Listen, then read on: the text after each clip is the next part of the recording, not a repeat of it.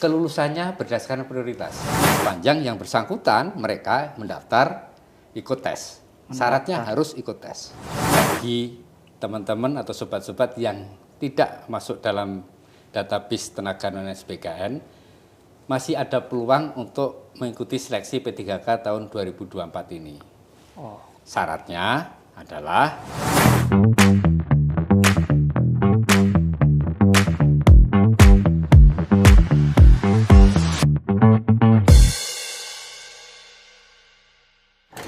Hai Sobat BKN, selamat datang di BKN Talk bersama saya, Edward Malik.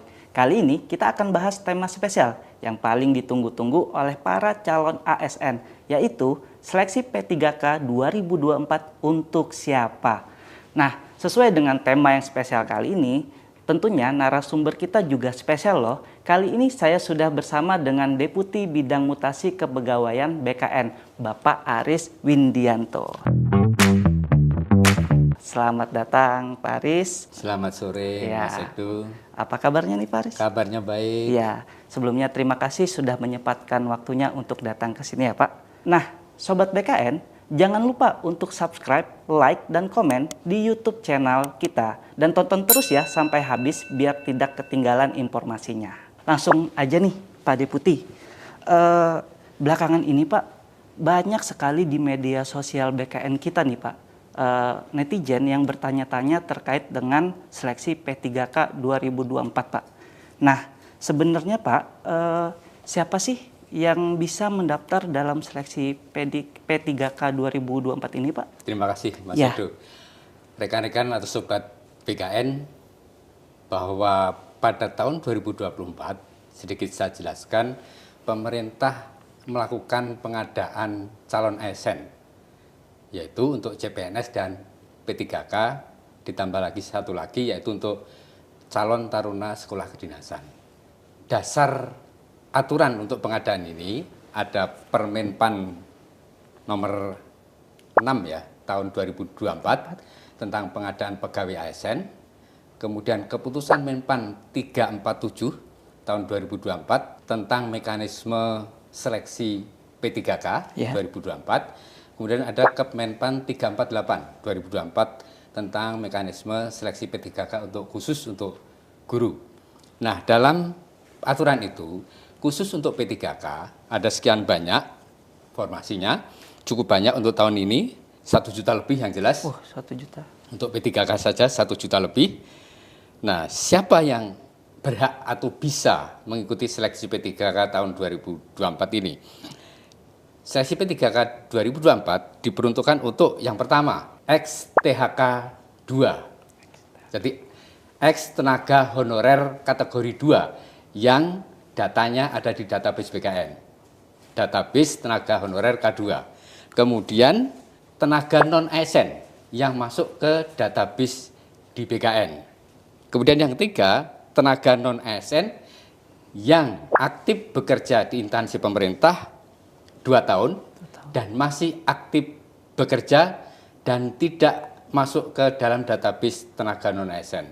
Jadi 3 kelompok ini yang bisa mendaftar atau mengikuti seleksi P3K tahun 2024, tentu saja sesuai dengan formasi atau kebutuhan terkait dengan jabatan dan kualifikasi pendidikan yang sesuai dengan masing-masing calon pelamar ini.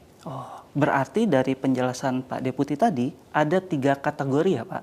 Yang pertama tadi ex-THK 2. Betul. Terus pegawai non-ASN yang datanya masuk dalam database BKN. Betul. Dan masih aktif. Betul. Serta yang terakhir adalah pegawai non-ASN yang masih aktif 2 tahun terakhir ini. Ya. Seperti itu ya Pak. Ya. Nah, lalu Pak, kira-kira untuk syaratnya itu dan ketentuannya apa aja ya Pak untuk menjadi atau ikut seleksi P3K tahun 2024 ini Pak? Oke, sebelum ke sana, Mas Edo, mungkin sedikit saya tambahkan untuk penjelasan yang pertama tadi. Kelompok besarnya itu untuk yang peserta yang bisa mengikuti seleksi P3K. Tapi ada turunannya, yaitu khusus untuk P3K guru. Ada tambahan yaitu pelamar prioritas. Itu level kelompok pertama. Siapa pelamar prioritas?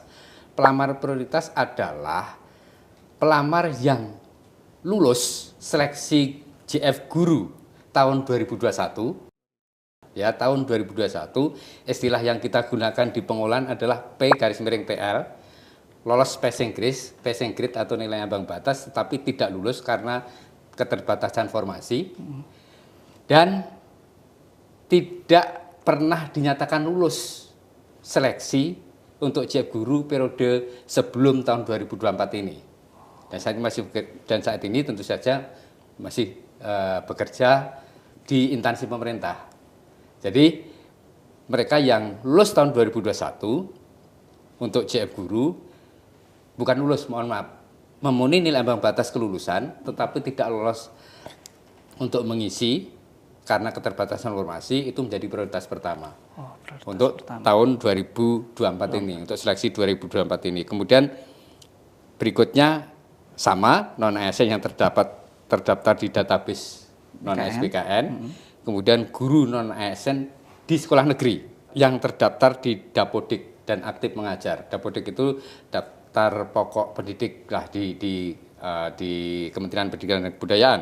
Dan yang terakhir adalah lulusan PPG. Itu untuk guru. Kemudian untuk kesehatan ada prioritas yaitu D4 bidan pendidik. Ya, D4 bidan pendidik yang tahun 2023 itu terdiskualifikasi walaupun sudah lulus karena formasi atau kualifikasi pendidikannya tidak sesuai dengan yang dipersyaratkan, sehingga di akhir dia dinyatakan tidak lulus, maka mendapatkan prioritas untuk seleksi tahun 2024 ini. Kemudian selanjutnya XTHK2, non-ASN terdaftar di database non-ASN BKN, dan tenaga non-ASN yang aktif bekerja di instansi pemerintah. Jadi untuk yang pertama. Kemudian yang kedua adalah persyaratannya ya berikutnya pertanyaan kedua. Pak. Nah, persyaratannya ada usia, ada pengalaman. Usia dan pengalaman ya. Kalau P3K usia minimal 20 tahun ya. Usia minimal. Usia maksimal karena masih mengacu pada PP 11 tahun 2017, maka usia maksimal 1 tahun dari batas usia pensiun untuk jabatan yang dilamar. Misalnya guru itu kan batas usia pensiunnya 60. Maka sebelum 59 usianya dia masih bisa mendaftar untuk menjadi P3K guru. Nah, kalau yang lainnya misalnya untuk yang fungsional muda, untuk analis SDM misalnya, itu kan 58 maksimal. Maka dia melamarnya sebelum usia 57, itu masih boleh. Jadi minimal kontrak kerjanya 1 tahun. Kemudian ada syarat pengalaman kerja. Syarat pengalaman kerja adalah minimal 2 tahun untuk jenjang pemula terampil dan sebagainya, kemudian minimal 3 tahun untuk jenjang ahli muda. 3 tahun. Dan ini karena ini P3K sekarang ini ada yang khusus untuk yang khusus, terutama yang prioritas, yang urutan yang ketiga tadi, yang aktif mengajar 2 tahun di instansi tempat dia lamar, jadi ya di satu instansi gitu. Beda dengan P3K formasi umum, itu bisa pengalaman kerja 2 tahun, bisa akumulasi dari beberapa instansi. Kalau ini tidak, harus di 2 tahun di instansi, dan melamarnya harus di situ. Harus di situ ya.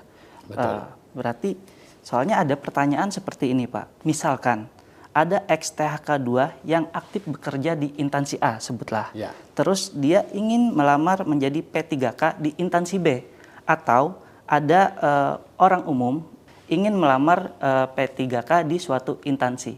Berarti hal itu apakah masih dimungkinkan, Pak? Kalau yang nomor 1 tadi, XTHK2, dia masih bekerja. Ya. Itu wajib. Wajib di instansi A lagi berarti dia di instansi A lagi. Oke. Itu untuk yang XTHK2 maupun tenaga non-ASN, maupun yang ada di database, maupun tenaga non-ASN yang tidak ada di dalam database. Tidak ada dalam database. Prinsipnya adalah aktif bekerja.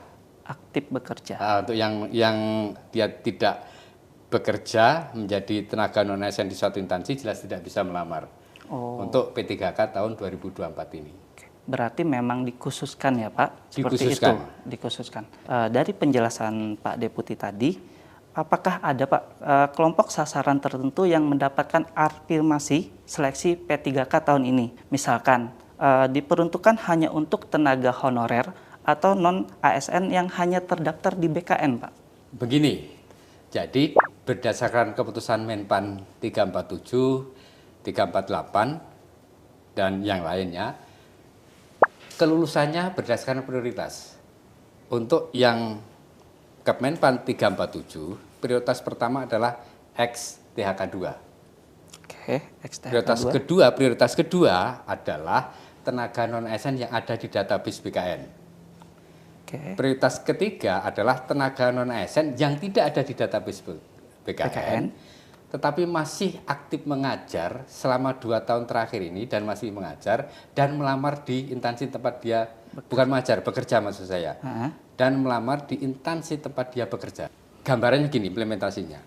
Kalau di instansi A ada 10 THK2 untuk satu jabatan. Kemudian formasinya tersedia 25 untuk jabatan itu, maka pasti yang bersangkutan THK2 tadi 10-10-nya pasti keangkat sepanjang yang bersangkutan mendaftar dan ikut tes, ikut seleksi. Karena kelulusannya ranking. Tadi 25 formasi ya. Iya. 10 sudah dipakai oleh XTHK2, sisa 15. 15 ada tenaga non-ASN yang masuk database BKN sejumlah 50 dari instansi itu untuk jabatan itu. Maka tenaga non-ASN yang ada database yang lulus ada 15 orang. Oke, sisanya karena 50 kurang 15 masih 35. Ya. Dia tidak lulus. Kemudian masih ada lagi tenaga non-ASN yang tidak ada di database BKN, yang bekerja di situ dan punya pengalaman 2 tahun. Benar. Sejumlah misalnya 20. Dia juga mendaftar, tapi pasti dia tidak lulus. Berbeda dengan ketika ini ada 10 tenaga XTHK2, ini ada 15 tenaga non-ASN yang masuk database BKN, kemudian ada 5 tenaga non-ASN yang tidak database BKN tapi memenuhi syarat, kemudian formasi yang tersedia 50, diajukan 50, hampir pasti semuanya ikut tes terima. Karena 10, 15, 5, 30. Formasi yang disediakan misalnya 30 misalnya, pasti keangkut semua. Sepanjang yang bersangkutan mereka mendaftar ikut tes. Syaratnya harus ikut tes. Berarti syaratnya itu adalah mendaftar dan ikut tes Iya. ya Pak? Tidak ada otomatis. passing grade seperti itu. Ranking. Dikategorikan untuk ranking honorer, untuk non ASN, atau digabung rankingannya ini semua Pak? Jadi ini seringkali juga membuat bingung para pelamar. Benar. Oh, nilai saya bagus kok. Saya kalah dengan nilai yang di bawah saya. Gitu. Benar, seperti itu Pak. Ya, itu yang sering kali pertanyaan masuk atau sanggahan masuk. Tadi sudah saya sampaikan berdasarkan peraturan keputusan Menpan 347, kemudian 348, kayak 347 umum, 348 itu khusus guru. Kemudian berapa untuk yang 9 untuk kesehatan. Benar sekali Pak. Itu ada prioritas untuk seleksi P3K tahun 2024 ini. Sekali lagi, prioritas pertama secara umum saja adalah XTHK2. Prioritas kedua adalah tenaga non-ASN yang ada di database BKN. Non-ASN database BKN. Ya. Yang ketiga, tenaga non-ASN non-database BKN. Tenaga ASN non-database BKN. Prioritasnya ya Pak? Ya. Jadi, yang pertama adalah di ranking dulu THK2. Ini taruh di atas. Iya. Oke. Misalnya formasinya lebih dari XTHK2 ini dan sesuai dengan formasinya atau kualifikasi pendidikan dan jabatannya, ini pasti akan keangkat semua. Oke. Yang XTHK2. Kemudian baru yang tenaga non-ASN yang database BKN di ranking. Kalau formasinya masih tersedia, mereka lah yang lolos sesuai dengan rankingnya, peringkatnya. Kalau masih ada sisa formasi, ada atau tidak pun tetap dilakukan, di ranking lah yang tenaga non-ASN non-database. Yang masih tersedia formasi, keangkatlah sesuai dengan peringkat terbaik. Sisanya tidak terangkat. Oh, berarti Pak Deputi seperti ini ya, kalau ibaratnya orang awam yang memandang perankingan itu, misal THK2 mendapat nilai, misal nih Pak, mendapat nilai 50. Betul. Tapi pegawai non ASN yang database dapat nilai 100. Ya. Itu tetap THK2 yang diutamakan karena prioritas tadi ya Pak. Iya. Oh, seperti itu. Baik. Nah, untuk guru ada tambah satu prioritas lagi. Apa itu Pak? Yang PTL. P itu memenuhi ambang batas kelulusan tahun TL itu tidak lulus. Tidak. Oh, oke. Jadi lolos passing grade, Tetapi tetapi tidak lulus lulus. karena tidak tersedia formasi. Habis formasinya dia kalah peringkat. Ini menjadi prioritas pertama. Lebih pertama lagi dari Iya. THK 2 tadi, Pak, Iya. ini. Oh, Itu tapi namanya pelamar prioritas. pelamar prioritas. Iya. Tapi ini hanya untuk guru berarti ya, Pak? Ya, hanya untuk guru. Hanya untuk guru. Tapi Nah, pelamar prioritas ini juga di ranking dulu. oh, Untuk kelompok pelamar prioritas ini, misalnya ada banyak, dilihat XTHK 2 mana dulu itu ditamakan. Kemudian tenaga non-ASN database, yang seperti itulah gitu ya. Berarti gitu. ibaratnya pelamar prioritas ini juga terbagi ada XTHK 2 Iya, seperti betul, itu lagi iya, ya, Pak? iya. Nanti baru di bawahnya XTHK 2 lagi yang baru seperti itu. Iya, Oh, yang tidak ikut seleksi 2021. Benar Ya. sekali seperti itu. Atau tidak lulus tidak memenuhi nilai ambang batas kelulusan di seleksi tahun 2021. Nah, tadi Pak Deputi sudah menjelaskan juga terkait kategori honorer dan non ASN ya, Pak. Ya. Nah, apakah memang dua hal ini merupakan dua kriteria yang berbeda, Pak? Jadi honorer itu honorer, non ASN itu non ASN. Betul. Nah, dan apakah bisa dibilang semua pekerja yang bekerja di instansi pemerintah itu dapat di luar PNS dapat dikelompokkan dalam dua kategori ini, Pak? Apa tersendiri lagi dia? Jadi nomenklatur atau istilah itu kita mengacu pada aturan atau kebijakan yang dituangkan oleh Kementerian PNRB tadi sudah saya sampaikan. Jadi kalau XTHK 2 atau tenaga honorer K2 itu dulu kita ingat tahun 2004 ya, terkait dengan pengangkatan tenaga honorer menjadi CPNS. Yaitu diawali dengan THK 1 yang langsung diangkat, hanya seleksi administrasi, kemudian ternyata dianggap sudah selesai, ternyata masih ada yang tertinggal dan seterusnya, maka ada gelombang kedua yaitu THK 2. THK 2 kemudian dilakukan pakai seleksi, dan ternyata masih didata dulu oleh BKN, diverifikasi validasi oleh BKN dan BPKP, kemudian dilakukan seleksi, sudah diangkat tetapi tidak bisa seluruhnya terangkat karena keterbatasan informasi. Nah, sisa yang belum terangkat tadi, itulah yang dinamakan tenaga honorer kategori 2. Ex tenaga honorer kategori 2 yang database-nya ada di BKN. Mungkin sekarang masih ada sekitar 300 sampai 400 ribu. Saya kurang tahu pasti, karena itu bergerak seiring dengan ada beberapa yang mengikuti tes calon ASN dan diterima, jadi mengurangi data itu. Oh, berarti jadi dinamis, berkurang ya, Pak? berkurang, jelas berkurang. Kemudian ada kebijakan di PP 49 tahun 2018 tentang manajemen P3K bahwa instansi dilarang mengangkat lagi tenaga honor atau istilah lain yang sejenis. Istilahnya apapun tapi sejenis tidak boleh melakukan pengangkatan. Kemudian batas akhirnya adalah tanggal sekian gitu. Dan ada surat Menpan terkait dengan pendataan tenaga, digunakanlah istilah tenaga non ASN. Dilakukan pendataan dan ada tadinya 1,7, sekarang mungkin tersisa 1,3 di database BKN. Oke, dan itu melalui verifikasi validasi dari BKN dan BPKP. Tetapi di luar itu masih banyak bukan PNS, bukan P3K, bukan tenaga yang masuk database BKN, bukan ex tenaga honorer yang betul-betul bertugas. Misal sopir, cleaning service, dan sebagainya yang memang tidak masuk kategori dalam pendataan tenaga non ASN. Ini masuklah ke kelompok tenaga non ASN yang di luar database BKN maupun yang orang-orang yang bekerja di instansi pemerintah untuk pekerjaan-pekerjaan tertentu, jabatan tertentu di luar pramugari, cleaning service dan sebagainya, tapi tidak masuk ke database BKN dan betul-betul masih aktif bekerja sampai hari ini. Nah, itu tenaga non ASN yang non database. Non database ya. Nah, berarti tadi kita masuk ke data non ASN yang tidak masuk database, Pak. Betul. Untuk mereka, apakah mereka masih memungkinkan mendaftar seleksi P3K 2024 Pak, yang tidak masuk database tadi itu Pak?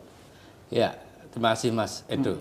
Jadi Sobat BKN, bagi teman-teman atau sobat-sobat yang tidak masuk dalam database tenaga non-ASN BKN, masih ada peluang untuk mengikuti seleksi P3K tahun 2024 ini. Syaratnya adalah tersedia formasi. Tersedia formasi, satu. Yang kedua, melamar di instansi tempat dia bekerja saat ini. Itu kemudian tadi, walaupun kelulusannya, tetapi prioritas kelulusannya di urutan ketiga. Di urutan ketiga ya. Pertama adalah XTHK 2. Benar. Kemudian tenaga non-ASN yang masuk database. Kemudian tenaga non-ASN yang tidak masuk database dan yang masih aktif bekerja minimal 2 tahun sampai dengan hari ini. Itulah teman-teman yang tidak di database itu bisa melamar di situ. Syaratnya melamar dan ada jabatan yang sesuai dengan kualifikasi pendidikan. Kalau instansi menyediakan formasi untuk jabatan pelaksana, silahkan teman-teman itu bisa melamar di jabatan pelaksana itu.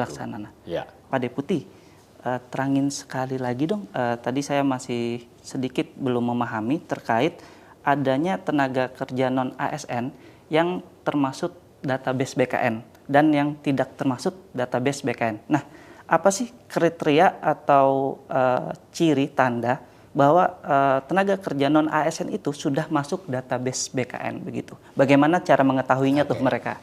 Seperti itu.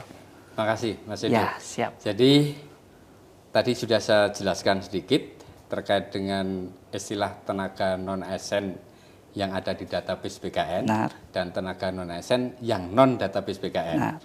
Nah, untuk mengetahui apakah rekan-rekan atau sobat BKN namanya masuk dalam database tenaga non-ASN yang ada di BKN, database BKN, itu yang pertama harus diingat dulu apakah pada waktu pendataan itu ikut dalam pendataan itu. Pendataan tenaga non-ASN itu. Ikut pendataannya. Diusulkan ke BKN. Kalau lupa atau antara ingat tidak ingat, hubungi admin instansi, dalam ini di pengelola kepegawaiannya, untuk cek di datanya. Karena di instansi pasti bisa untuk melihat itu, apakah nama saya misalnya atau nama teman-teman ada dalam database tenaga non-ASN yang ada di BKN hasil pendataan. Ya, jadi hubungi instansinya. Kalau di daerah BKD atau di pengelola admin kepegawaian di satkernya masing-masing, baru nanti akan dibantu untuk melihat itu. Dicek ya, ibaratnya Pak. Betul. Seperti itu. Jadi untuk kawan-kawan yang masih ragu apakah dirinya sudah terdaftar di database BKN, bisa langsung hubungi instansinya ya Pak di satkernya masing-masing seperti itu. Pasti nanti akan dibantu. Nah, menurut Pak Deputi sendiri nih, dari tadi sudah menyebutkan sekitar alokasi formasi pelamar P3K tahun ini sekitar 1.300.000 kurang lebih ya Pak. Apakah nanti proyeksi pelamar P3K tahun ini akan melebihi jumlah formasi apa enggak ya Pak?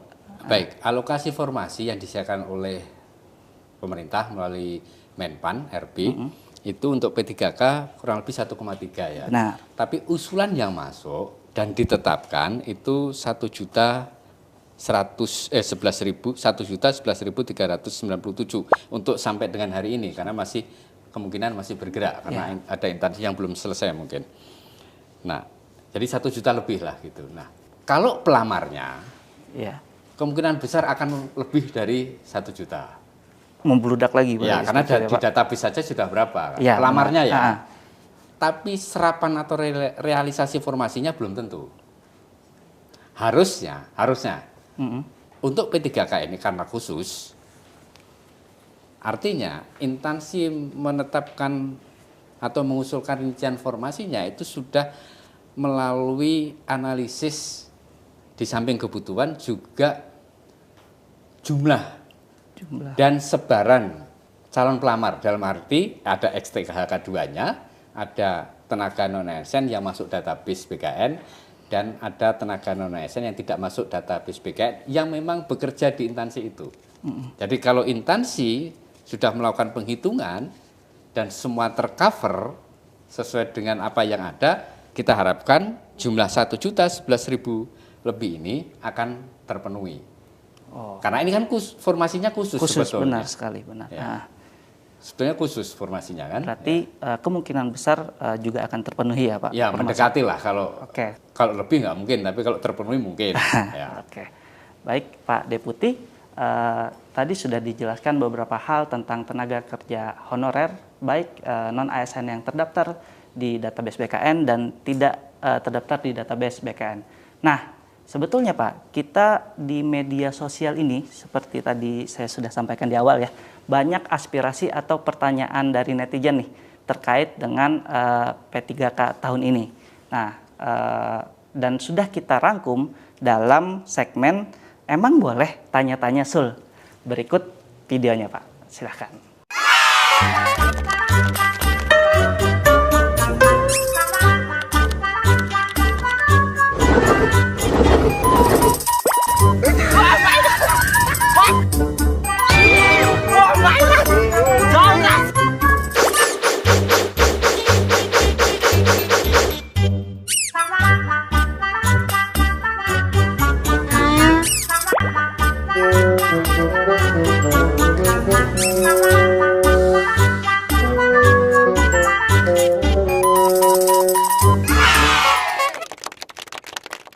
Jadi begitu tadi Pak, rangkuman pertanyaannya itu apakah honorer dan non-ASN yang terdaftar di database BKN yang sekarang ada ini itu otomatis lulus menjadi P3K atau wajib mengikuti seleksi dulu dan lulus seperti itu? Jawaban singkatnya, wajib mengikuti seleksi. Wajib mendaftar dan mengikuti seleksinya. Kelulusannya ada prioritas. Tadi kelompok XTHK 2 kalau nggak mendaftar ya nggak akan diangkat. Benar. Tenaga non-ASN yang ada di data BKN kalau tidak mendaftar dan ikut seleksi ya nggak bakalan lulus dan diangkat. Lulusnya kalau mendaftar dan ikut seleksi ya, kalau dia di ranking hasil seleksinya nilainya ada seleksi kompetensi. Benar. Ya kan, kemudian ada wawancara kan, wawancara tertulis. Ya. Seleksi kompetensi ada manajerial sosiokultural, kemudian ada teknis. Ya. Kemudian ada wawancara tertulis. Kalau di ranking dia masuk ke jumlah dari ketersediaan informasi, ya keangkat. Keangkat ya. Tapi kalau dia tidak masuk, ya tidak keangkat sebagai P3K penuh waktu.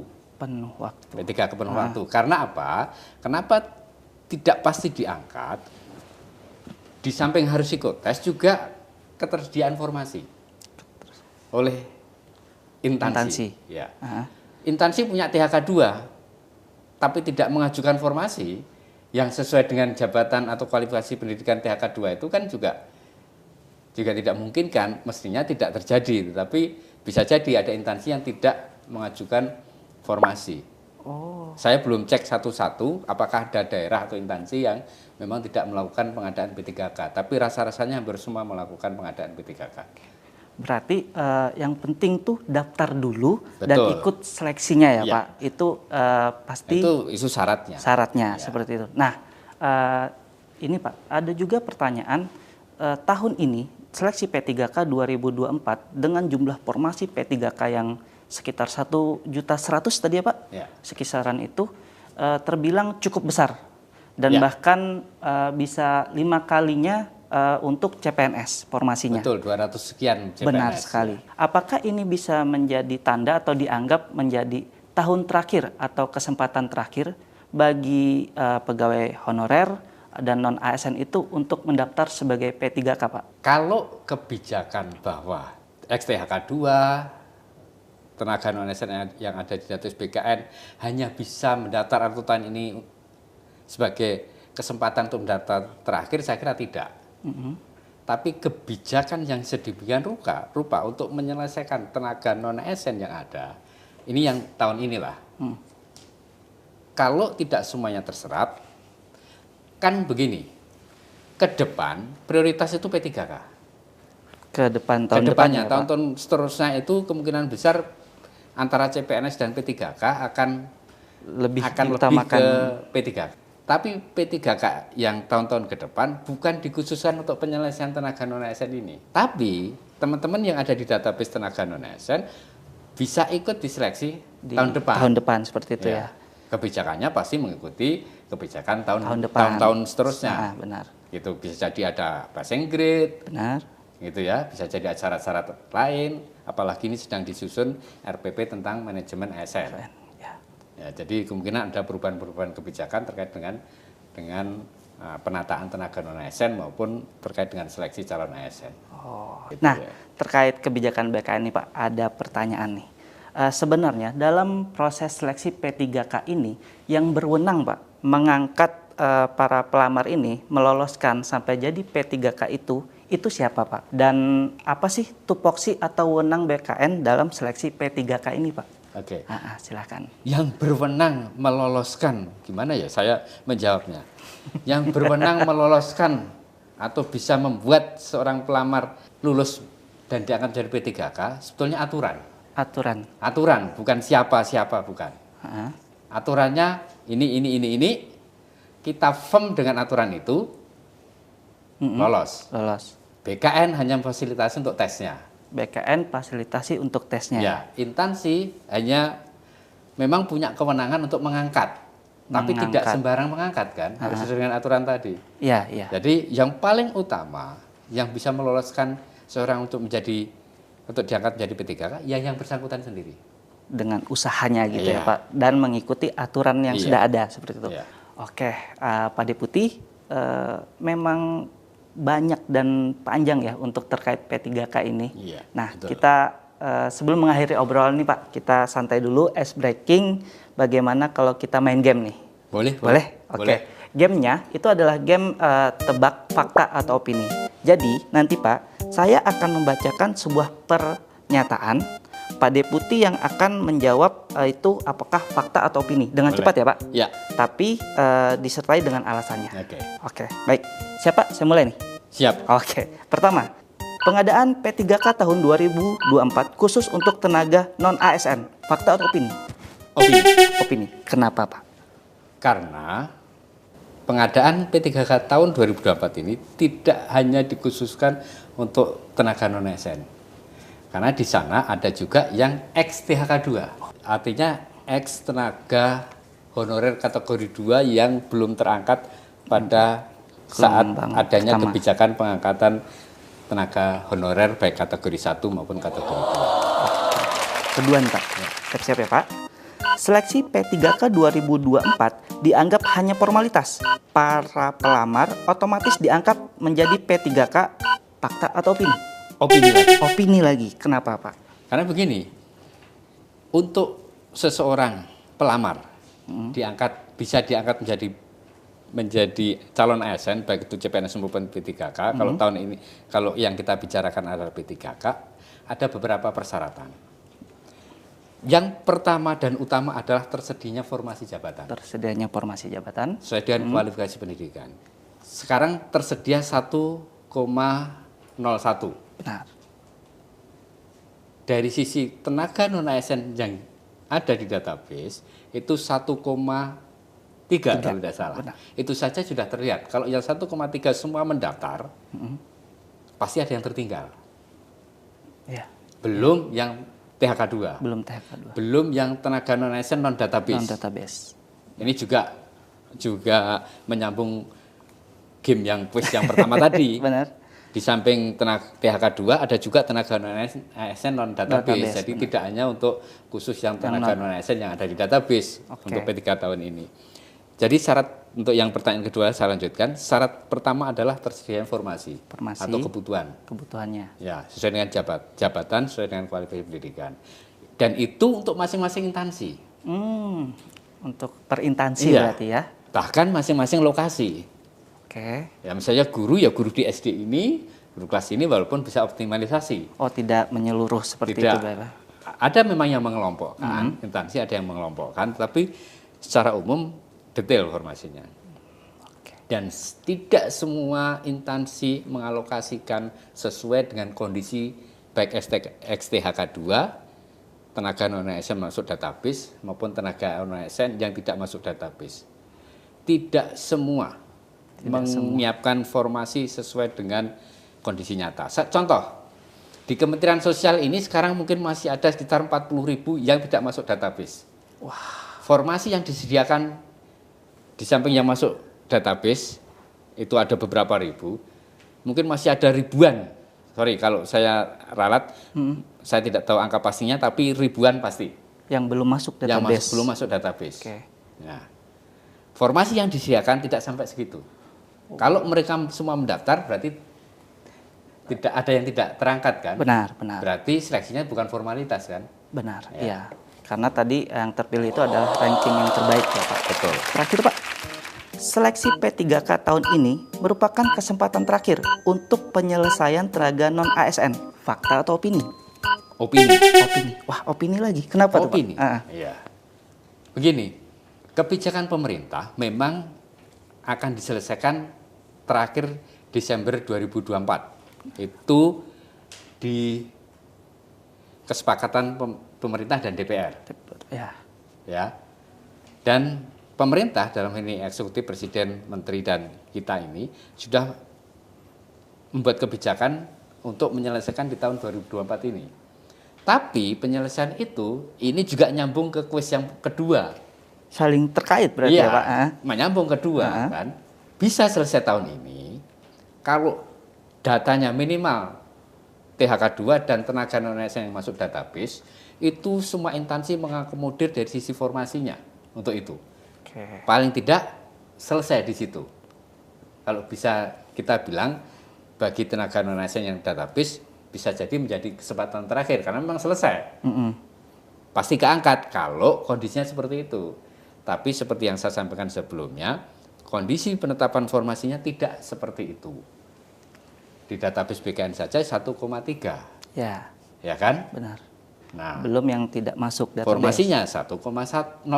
Benar. Ada selisih 300 300.000. ribuan. Ya, benar. Ya. Mungkin akan berkurang karena ada seleksi CPNS nantinya. Mungkin ada yang milih CPNS kan. Nah, belum yang tenaga non-ASN yang tidak di luar database, dalam arti ada instansi yang mungkin dari sisi PHK 2 dan tenaga non-ASN yang database jumlahnya mungkin hanya 100, tapi dia menyediakan formasi 500 karena yang 400 untuk mengakomodir yang tenaga non-ASN yang non-database. Tapi di sisi lain ada juga instansi yang punya tenaga ex-THK 2 dan tenaga non-ASN 2.000, tapi hanya menyediakan formasi 1.000 karena keterbatasan anggaran.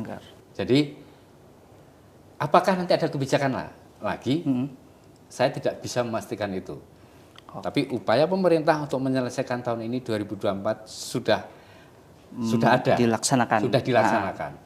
Hanya memang ada keterbatasan. Instansi tidak semuanya menyediakan formasi sesuai dengan kebutuhan yang sebenarnya atau dengan database dengan data tenaga non-ASN yang sebenarnya karena ada alasan keterbatasan anggaran, ada prioritas dan seterusnya. Apakah tahun depan ada kebijakan untuk penyelesaian lagi? Kita lihat aja nanti. Kalau kebijakannya bukan BKN. Benar sekali, Pak Deputi. Terima kasih. Sebelum kita tutup nih, terakhir ada ini nggak sih pesan kesan untuk para calon pelamar P3K seleksi tahun ini? Seperti apa kira-kira Pak? Baik, silahkan. Terima kasih Sobat BKN dan juga kandidat-kandidat calon ASN termasuk P3K yang akan mengikuti seleksi P3K tahun 2024 ini, dan juga mungkin keluarga, orang tua, pacar atau calon mertua. Ya. Ada dua hal yang ingin saya sampaikan. Yang pertama, diskusi ini tadi kan mengalir, dan kebijakan pengadaan calon ASN termasuk P3K itu diatur dengan beberapa peraturan dan keputusan. Peraturan Menpan nomor 6 tahun 2024, Kemenpan 347, 348 dan 349 itu adalah dasar dari apa yang kita bicarakan pada kesempatan ini. Oleh karena itu, jangan segan atau jangan malas untuk membaca peraturan itu. Karena banyak variasi dari kebijakan terkait dengan pengadaan P3K. Mulai dari skala prioritas dan seterusnya. Termasuk optimalisasi dan seterusnya. Jadi saya harapkan teman-teman Bapak Ibu sekalian membaca peraturan-peraturan tadi sehingga bisa lebih memahami lagi. Benar. Ketika ada pertanyaan-pertanyaan yang menurut Bapak Ibu sekalian itu sepertinya kok tidak sesuai, sepertinya kok tidak masuk akal dan sebagainya. Sepertinya kok tidak adil gitu dan sebagainya. Itu silahkan merujuk pada peraturan-peraturan itu. Itu yang pertama. Yang kedua, sekali lagi saya terlibat dalam seleksi calon ASN itu sejak tahun 2013. Mulai saat CAT pertama kali itu bergulir. Nah, CAT itu ditujukan, kita bangun, BKN bangun untuk membuat seleksi calon ASN itu lebih akuntabel, objektif dan transparan. Dan terbukti itu bisa kita wujudkan. Mungkin tidak bisa kita menghilangkan sampai nol pelanggaran-pelanggaran terkait seleksi atau fraud terkait seleksi calon ASN, paling tidak itu sudah sangat jauh. Seleksi calon ASN kembali dipercaya oleh masyarakat.